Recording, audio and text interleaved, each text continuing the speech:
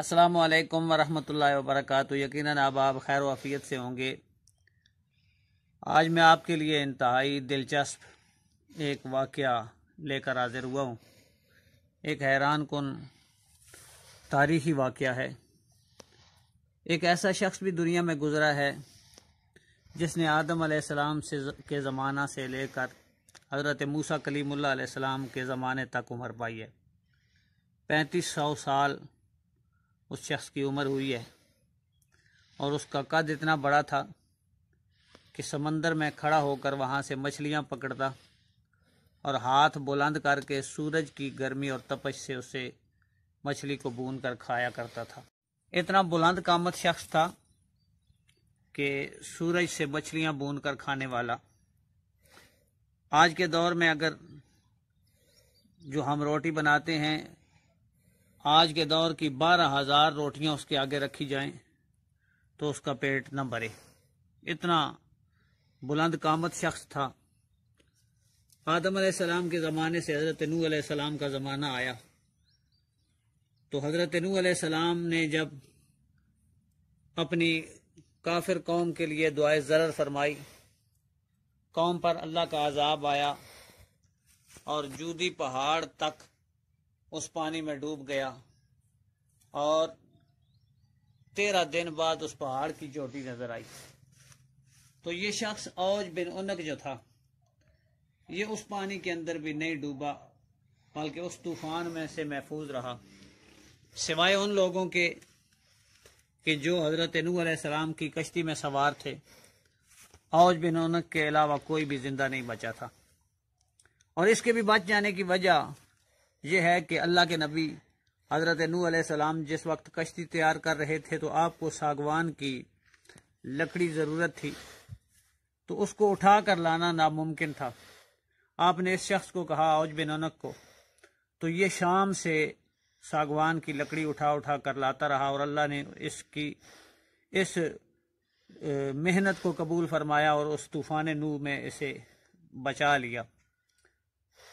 حضرت موسیٰ علیہ السلام کا زمانہ آیا۔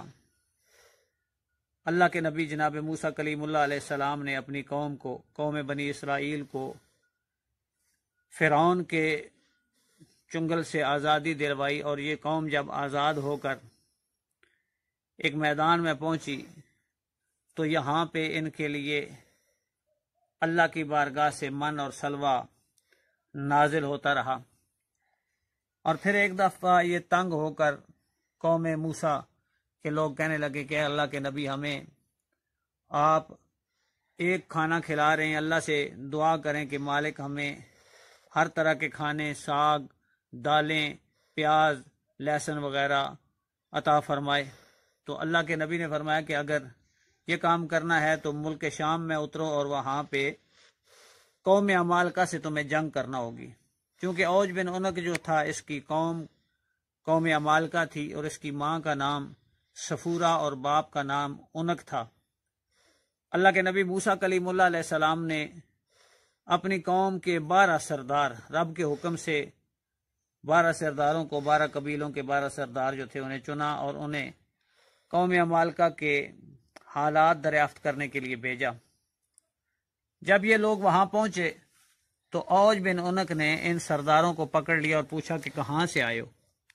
انہوں نے سارا ڈر کے احوال جو ہے وہ بیان کر دیے کہ ہم کہاں سے آئے اور کہاں جانا ہے اور کس کام کے لیے آئے ہیں۔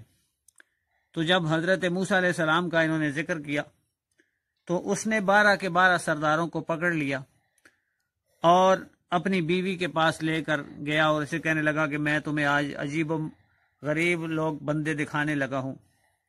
تو انہیں زمین پر رکھ کر چیونٹیوں کی طرح مسلنے لگا۔ تو بیوی نے کہا کہ یہ تیرا کچھ بگاڑ تو سکتے نہیں، تو انہیں چھوڑ دے، یہ اپنی قوم میں جا کے جب تیرے حالات بتائیں گے تو قوم کے لوگ خود ہی تجھ سے کترائیں گے اور تیری طرف جنگ کرنے کے لیے نہیں آئیں گے۔ جب یہ لوگ حضرت موسیٰ کلیم اللہ علیہ السلام کے پاس پہنچے، انہوں نے سارے حالات سنائے، تو ساتھ ہی یہ بھی کہنے لگے کہ اے موسیٰ، ہم اس بندے سے اور اس کی قوم سے جنگ نہیں کر سکتے۔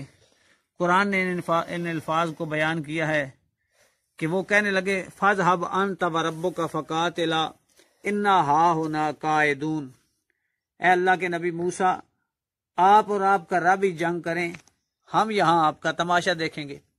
یہ اس ویڈیو کا چونکہ ویڈیو طویل ہو رہی ہے تو پہلا حصہ میں آپ کے گوش گزار کر رہا ہوں، دوسرا حصہ انشاءاللہ عنقریب ایک دن کے اندر دوسرا حصہ بھی آپ کی خدمت میں پیش کر دوں گا۔ میرے ساتھ رہیے، اللہ میرا اور آپ کا حامی و ناصر ہو۔ السلام علیکم ورحمۃ اللہ۔